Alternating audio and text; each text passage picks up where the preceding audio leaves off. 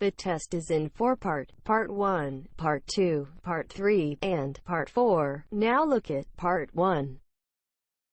Part 1.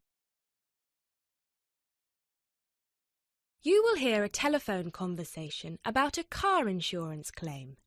You have 30 seconds to look at questions 1 to 5.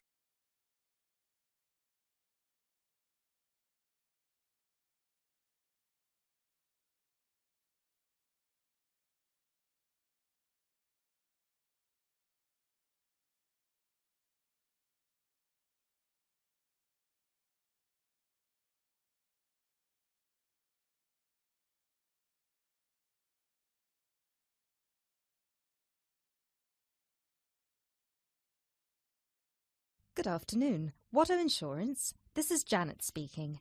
How may I help you? Yes, hello. I would like to make a claim on my car insurance, please. Certainly, sir. First of all, I'd like to inform you that all of our calls are recorded for monitoring and training purposes. Is that okay? That's okay. Could you please tell me your full name? Sure, it's Mr. Bennett Fisher. Okay, sorry, how do you spell your surname? It's spelled Fischer. Great, thank you. I see that you have taken out a third-party fire and theft premium with us on a 2013 light blue Volkswagen Passat. Is that okay? Yes, well, almost. The colour is not light blue, it's light green. Okay, thank you for updating your information with us. What is the nature of your claim with us today? Last weekend, I had driven up to York on business and left my car in a monitored car park. However, it was only monitored until 8 p.m, and I did not return to collect it until 9:30 p.m, after which no car park staff were present. When I arrived at the car park, my car wasn't there. It must have been stolen. I see. Were there any valuable items left in your car which could have been seen from outside? Well, I had recently bought quite an expensive radio for my car, but the front panel is detachable, and I always stow it in my glove compartment. So, no, there wouldn't have been anything valuable on display. Okay, Mr. Fisher. Thank you for that information. I'm going to send you some forms through the mail for you to fill in. Before I can do that, I need to ask you a couple more questions. Is that okay? Of course.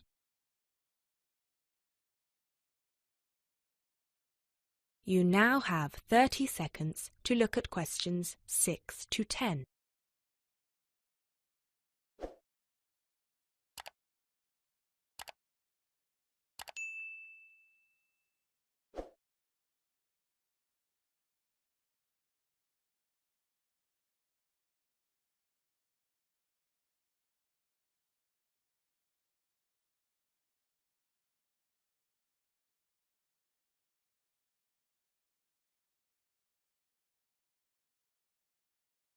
Thanks, Mr. Fisher. First of all, could you let me know your policy number, please? Of course. I have it right here. It's G34C245. G34C245. Thanks. And the type of claim? Shall we say stolen car? Yes, the car was definitely stolen. I reported it to the police immediately. I actually have the report number here if that's of any use. No, not right now. But keep hold of that as we will need to see a copy of the police report eventually. Which police station did you report the offence at? York Police Station. Was it your first time in York? No, but it was the first time I'd driven there. I usually take the train. Were you aware that the car park was only manned until 8 p.m? No, I was not aware of that. Were there any signs put up on the premises that informed car owners of the risks of leaving their cars after normal operating hours? Yes, but they said the car park was going to be guarded until 10 p.m, at which point the entrance is barred so no cars can come in or out. Was any reason given for that sudden change? The police informed me that the staff on duty that night had left on an urgent call. I believe it was something about a family member being admitted to hospital. Were there any personal items left in your car? Yes. First of all, there was the car radio I mentioned before. Ah, yes, of course. Anything else? Just some CDs and an old jacket. Right. Thank you, Mr. Fisher. I have everything I need for now and will send these forms out to you shortly. When you get them, please fill them out with as much information as you can, and where possible, include copies of any relevant documents to support your claim, such as police reports and registration details. Once you have returned that to us, we can then start to assess whether you will be eligible to receive compensation. Do you have any further questions for me today? No, that's all. Thanks for your help.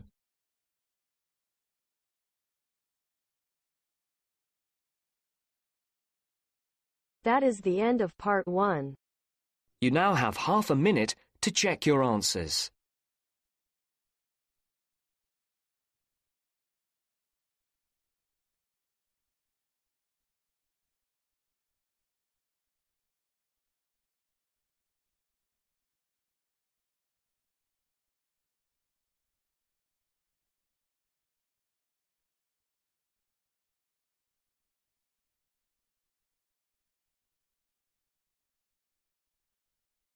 Now turns to part 2.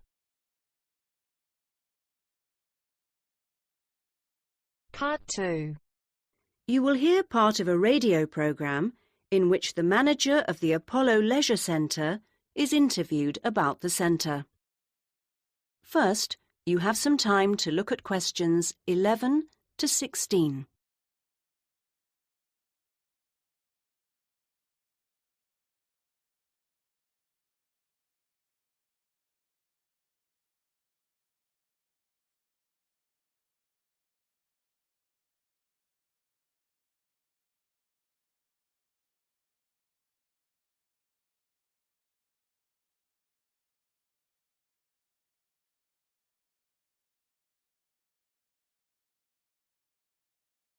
Now listen to the first part of the interview and answer questions 11 to 16. Next, I'd like to welcome Carol Brown, manager of the Apollo Leisure Centre. Carol, welcome. Thank you. Now, Carol, the Apollo seems a familiar sight, but how long has it actually been here? Well, we started negotiations to take over the previous Active Life Centre that used to occupy the premises in 2000 and planned to open in 2001, although the usual delays meant it was 2002 before we were up and running. And do you have quite a mix of members, or are you focused on certain groups? It's pretty broad, actually. There are something like 200 adult members, so that's our biggest group, but we also have as many as 100 youth members, together with about 50 family group members, and I think we'll see that section growing to 100 over the next couple of years. Healthy numbers. Yes, and we'll be developing the centre to make it even more attractive. We're hoping eventually to build in a rock climbing wall, which would make a useful addition. We've already opened our swimming pool, which is hugely popular, and we'll have a massage room open within 12 months. Now, I understand you have different categories of membership? Yes, to suit every pocket. Blue membership includes all facilities for the member and a guest at all times, which is good for people with unpredictable timetables. If you can make it during daytime hours, red membership gives you excellent returns for your fee. As for only half price, you can use all the facilities during the day, and they're actually less crowded then. Green membership is designed for people who are only able to come infrequently, and so, of course, costs less. And there are chances to socialise? Oh, certainly. Our cafe is very popular and is a nice place to wind down and chat after working out or whatever. In fact, while it used to shut at 8, we've extended that to 9 now, with last orders taken at 8:30. It serves a whole range of food and drink. So if someone wants to join, what do they do? Come and see us. We'll give you all the details. The induction process takes about an hour and a quarter, which includes 3/4 of an hour on average with a personal trainer, and something like half an hour being shown round the different facilities. So we'd be well looked after. Definitely. Now you have some time to look at questions 17 to 20.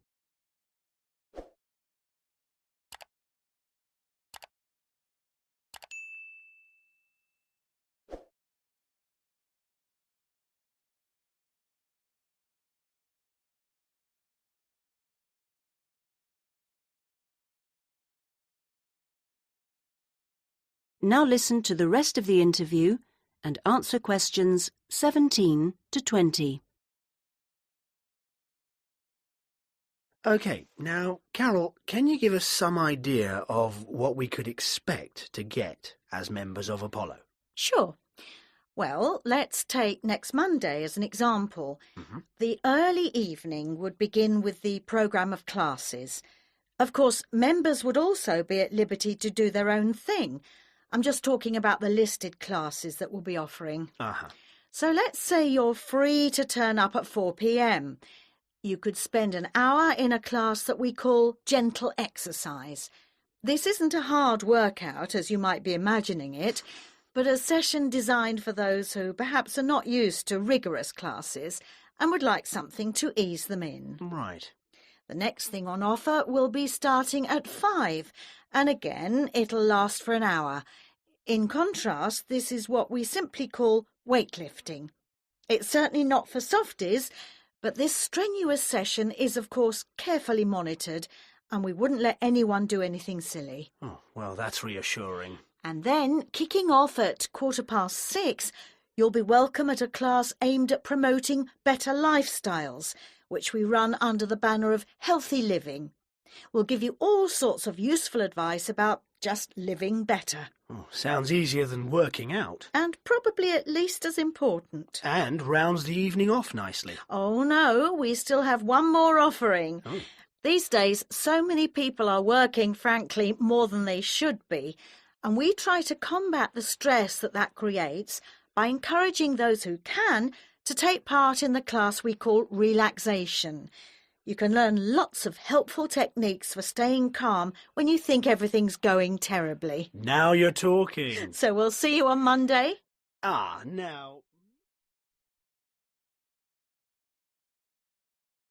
That is the end of part 2. You now have half a minute to check your answers.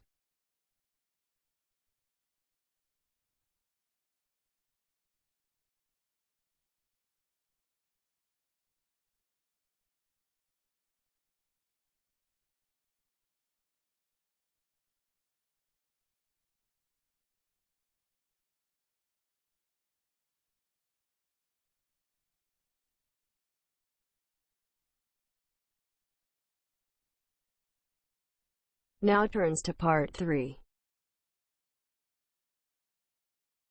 Part 3.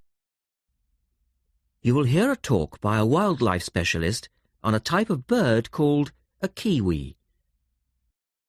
First, you have some time to look at questions 21 to 25.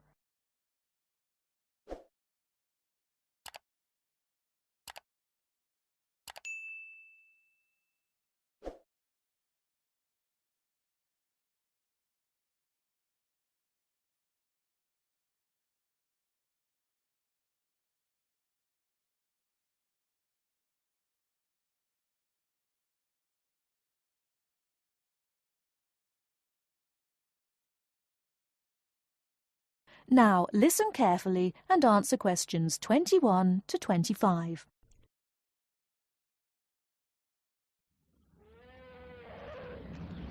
Ladies and gentlemen, welcome to Auckland Zoo on this sunny Sunday afternoon and to our special Kiwi fundraising event.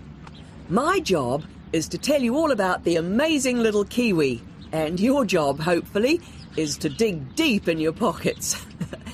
Now, for the benefit of our overseas visitors here today, I should explain first of all that the kiwi is the national bird of New Zealand, and sometimes New Zealanders themselves are known as kiwis. Now, while kiwis in the wild are a rare sight, the kiwi as a symbol is far more visible. Apart from being in toy stores and airport shops all over the world, you'll find them on our stamps and coins. The kiwi is the smallest member of the genus Apteryx, which also includes ostriches and emu. It gets its name from its shrill call, which sounds very much like this. Kiwi! Kiwi! Kiwis live in forests or swamps and feed on insects, worms, snails and berries. It's a nocturnal bird with limited sight, and therefore it has to rely on its very keen sense of smell to find food and to sense danger. Its nostrils are actually right on the end of its long beak, which is 1/3 of the body length. Now, here's an interesting fact. Although kiwis have wings, they serve little purpose, because the kiwi is a flightless bird. Since white settlement of the islands, kiwi numbers have dropped from 12 million to less than 70,000. And our national bird is rapidly becoming an endangered species. This is because they're being threatened by what we call introduced animals. Animals which were brought to New Zealand, such as cats and ferrets, which eat kiwi eggs and their chicks.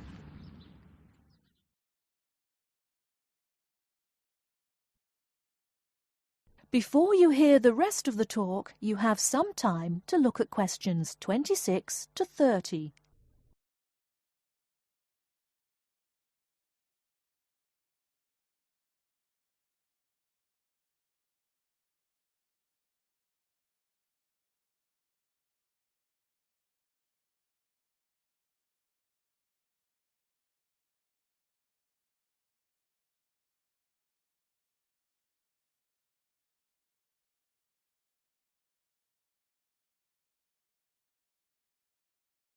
Now listen and answer questions 26 to 30. And so we have launched the Kiwi Recovery Programme in an all-out effort to save our national bird from extinction. There are 3 stages to this programme. Firstly, we have the scientific research stage. This involves research to find out more about what kiwis need to survive in the wild. Then secondly, we have the action stage. This is where we go into the field and actually put our knowledge to work. We call this putting science into practice. And then we come to the 3rd stage, the global education stage. By working with schools and groups like yourself, as well as through our award-winning Kiwi website, we are hoping to educate people about the plight of the kiwi. As part of the action stage, which I just mentioned, we've introduced Operation Nest Egg, and this is where your money will be going. It works like this. It's a 3-stage process. First of all, we go out to the kiwi's natural habitat and we collect kiwi eggs. This is the tricky part, because it can be very difficult to find the eggs. Then, in safe surroundings, away from predators, the chicks are reared. Now, this can be done on predator-free islands or in captivity. They're reared until they're about 9 months old, at which stage the chicks are returned to the wild. So far, it's proving successful. And since we started the programme, some 34 chicks have been successfully raised this year, and their chances of survival have increased from 5 to 85%. However, it's not time to celebrate kiwi survival just yet. About 95% of kiwi chicks still don't make it to 6 months of age without protection, which is why Operation Nest Egg is so important. And we ask you to give generously today.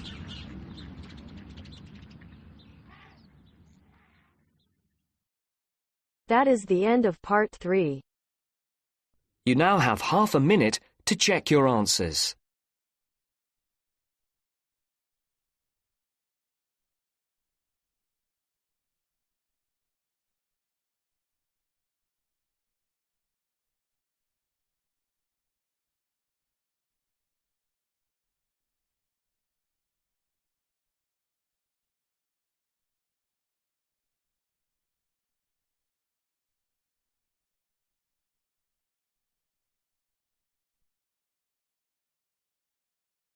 Now turns to Part 4.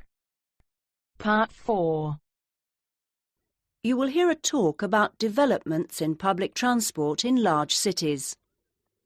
First, you have some time to look at questions 31 to 40.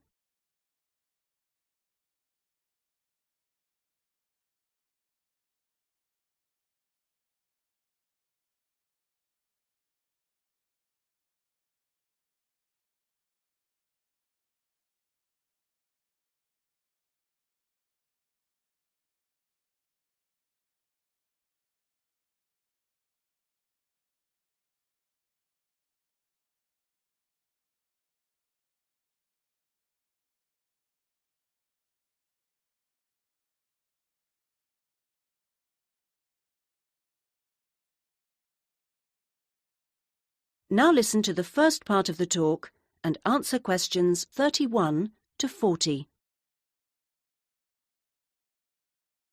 That big cities around the world are getting bigger is a clear trend. This situation is going to make the issue of transport increasingly important.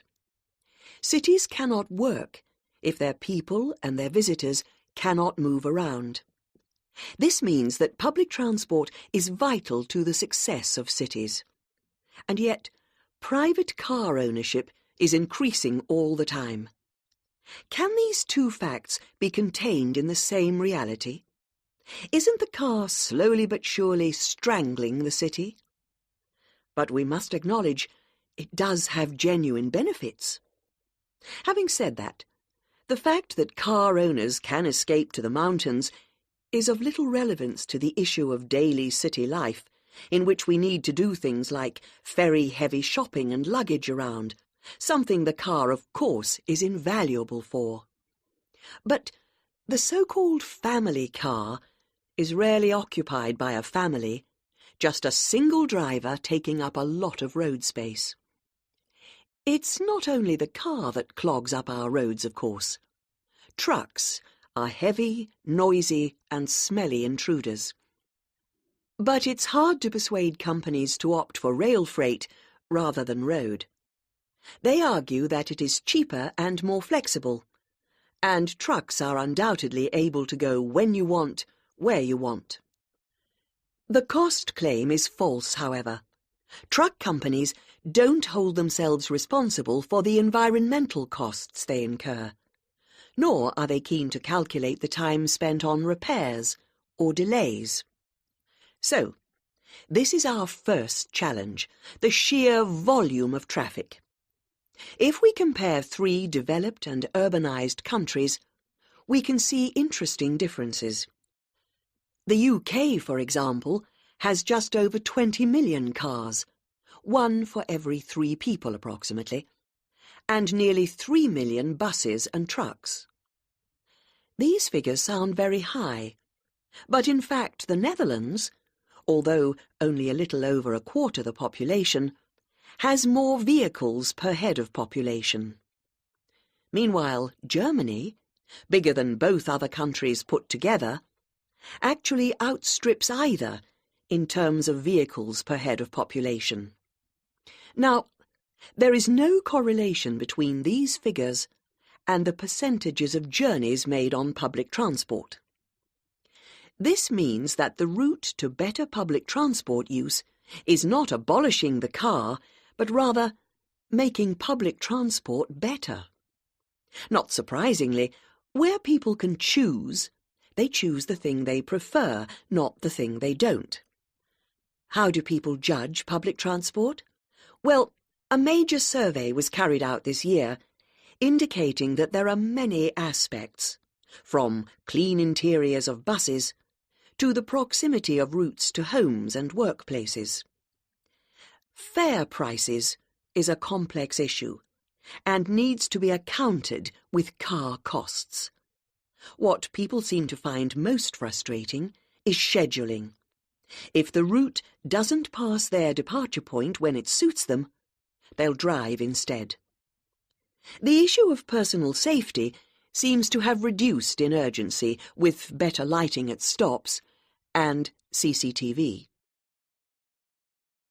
Now, various measures are being taken in a number of major cities, all designed to increase the appeal of public transport and thus to persuade car users to leave their cars behind and free up the city's roads. Among these is bringing in smart cards. These are purchased in advance and mean passengers spend less time waiting to buy tickets and board buses and trains, particularly when switching across transport modes within the same journey. Another initiative is the use of computers in managing scheduling with greater efficiency. But such logistical measures are not sufficient in themselves, and indeed the benefits that they bring are often less apparent to passengers than to transport managers. From the passengers' point of view, the fact that buses are becoming more comfortable is significant, because it brings them more in line with the car. Delays and diversions are, of course, deeply irritating for passengers. Even if these can't be eliminated, ensuring that passengers have more detailed information available to them will help to reduce their sense of stress. We often associate public transport with inner-city travel, but of direct benefit to passengers are systems such as taxi sharing and Dial a Bus, which provide more flexible options for suburban journeys. And finally, nothing really significant can happen without a shift in people's mindsets. The way we travel is an expression of our values about many things. Companies operating public transport are slowly but surely finding it possible to sell their services as a public-spirited alternative to the car, as awareness of environmental issues has increased radically in the last few years. Overall, then, this combination of steps and changes has a good chance of shifting the city out of the car and onto the bus and train. That is the end of part 4. You now have half a minute to check your answers.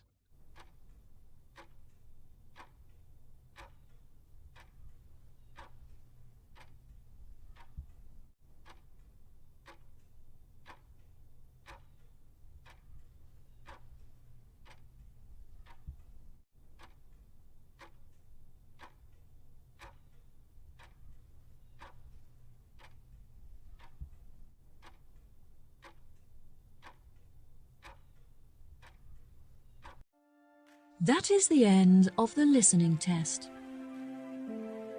In the IELTS test, you will now have 10 minutes to transfer your answers to the answer sheet.